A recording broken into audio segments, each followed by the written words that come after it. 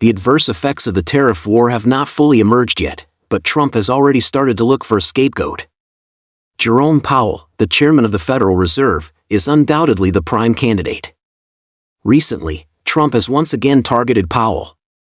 He not only demands that Powell cut interest rates but also accuses him of being slow to act and wants him to leave. In response, Powell has stated that even if Trump asks him to resign, he will not step down, showing a rather tough attitude. So, why is Powell so determined to oppose Trump? And why is Trump in such a hurry to have the Federal Reserve cut interest rates? Does he have the right to fire the Federal Reserve chairman? Before we can understand the conflict between Trump and Powell, we first need to understand one thing. When there is an economic recession, interest rates need to be cut. This will reduce the financing costs for businesses and individuals, increase employment, and boost consumption. When there is inflation, interest rates need to be raised. This can curb the rise in prices and lower the cost of living. Now the United States is in a dilemma. Trump has always boasted of being a master of deal-making. He always has his own unique ideas about the economy and hopes everyone will cooperate with him. If someone disobeys, he will take extreme pressure, exerting measures to coerce the other party. This can be seen from Trump's recent series of actions. In this round of tariff war, Trump's original intention was to use tariffs to resolve the debt and promote the return of the manufacturing industry. The idea is good, but it is based on harming the interests of other countries. Therefore, his actions have encountered strong resistance, including from the United States' firmest allies. And China, in particular, has responded with counter-tariffs. Tariff blackmail has not achieved the effect that Trump expected. Instead, it has brought more uncertainties to the United States itself. The most direct manifestations are the rise in prices and market panic. The Federal Reserve has always played the role of an economic balancer in the United States. It needs to introduce corresponding policies to restrain or stimulate the market when the economy overheats or slows down. However, in Powell's view, Trump's current tariff policy is unprecedented, and the results are impossible to fully predict. Therefore, any hasty decision is likely to bring unknown risks. So, Powell has no intention of complying with Trump's will. The Federal Reserve believes that the U.S. economy is not currently significantly hindered, and the subsequent development trend still needs to be continuously observed. Moreover, the impact of tariffs on the previous inflation rate was already higher than the 2% target set by the Federal Reserve. Coupled with the uncertainties brought about by tariffs, it is not appropriate to take rapid intervention measures. In addition, although the U.S. financial market has experienced panic-induced fluctuations due to the impact of tariffs, it is generally still in a stable and controllable state, and there is no information indicating the need for rapid intervention. Based on the above points, the Federal Reserve's choice to maintain the current interest rate level without making any adjustments is actually the most rational decision. More importantly, the Federal Reserve needs to maintain its independence, which is the consensus of most economists and Wall Street investors. Powell also stated that the Federal Reserve will make decisions entirely based on what is most beneficial to all Americans. Such an unseemly act naturally infuriated Trump. It's already bad enough that those countries abroad don't follow his orders. Now, several domestic institutions are also not obeying his command, which is clearly something Trump can't tolerate. So he directly threatened to remove Powell from his position. However, when Trump nominated Powell to be the chairman of the Federal Reserve in 2017, he praised Powell for having a profound understanding of the economy and the financial market and being able to ensure the sustained growth of the U.S. economy. The attitude at that time and his current reaction form a completely dramatic contrast. It has been 3 months since Trump officially took office. All the plans he formulated have encountered obvious setbacks.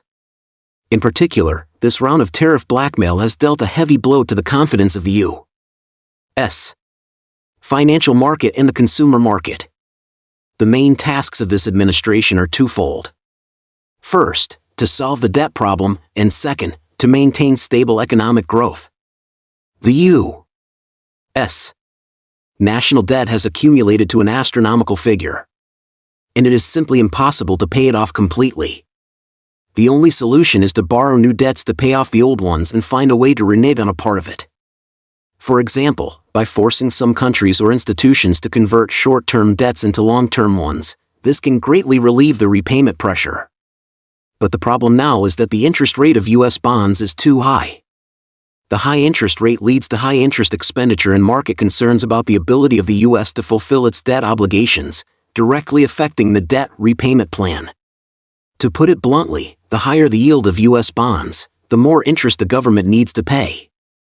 Everyone knows that the U.S. government is short of money, so naturally no one wants to be the one holding the bag. Investors would rather put their money in the bank to earn interest than take the risk of investing in U.S. bonds.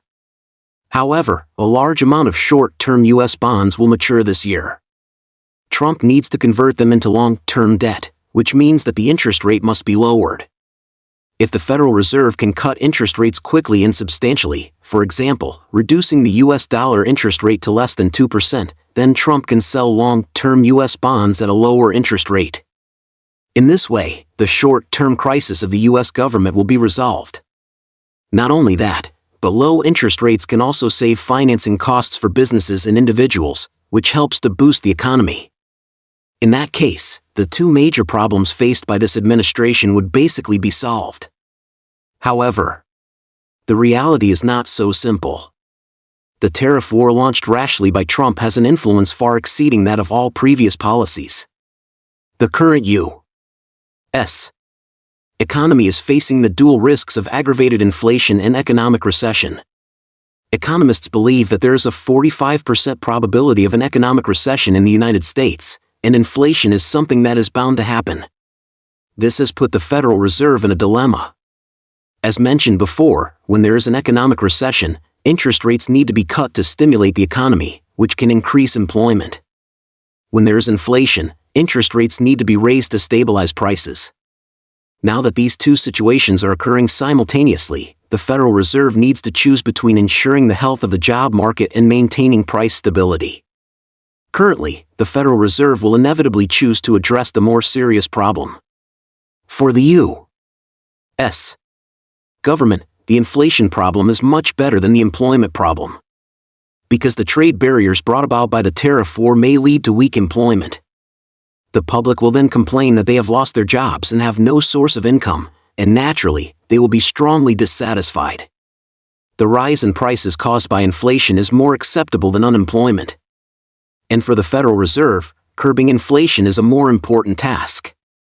So Powell did not comply with Trump's wish to cut interest rates, which will also make Trump's coming days even more difficult. Then, can Trump fire Powell? Theoretically, he can. But there must be a proper reason, such as serious dereliction of duty, corruption, or illegal acts. Moreover, according to U.S. law, the president is not allowed to fire or demote the chairman of the Federal Reserve. If Trump insists on doing so, it will ultimately have to be decided by the Supreme Court. In fact, Trump's threat is not really about removing Powell from his position. His aim is to make Powell the scapegoat for the U.S. economic problems. In the future, if there is a debt default or an economic recession, he can naturally shift all the blame to the Federal Reserve. And the Federal Reserve is not stupid either. They are implementing a Stalin strategy, mainly observing the situation and waiting for the negative effects of the tariff policy to fully manifest. At this point, it's a matter of seeing who can't hold on any longer first.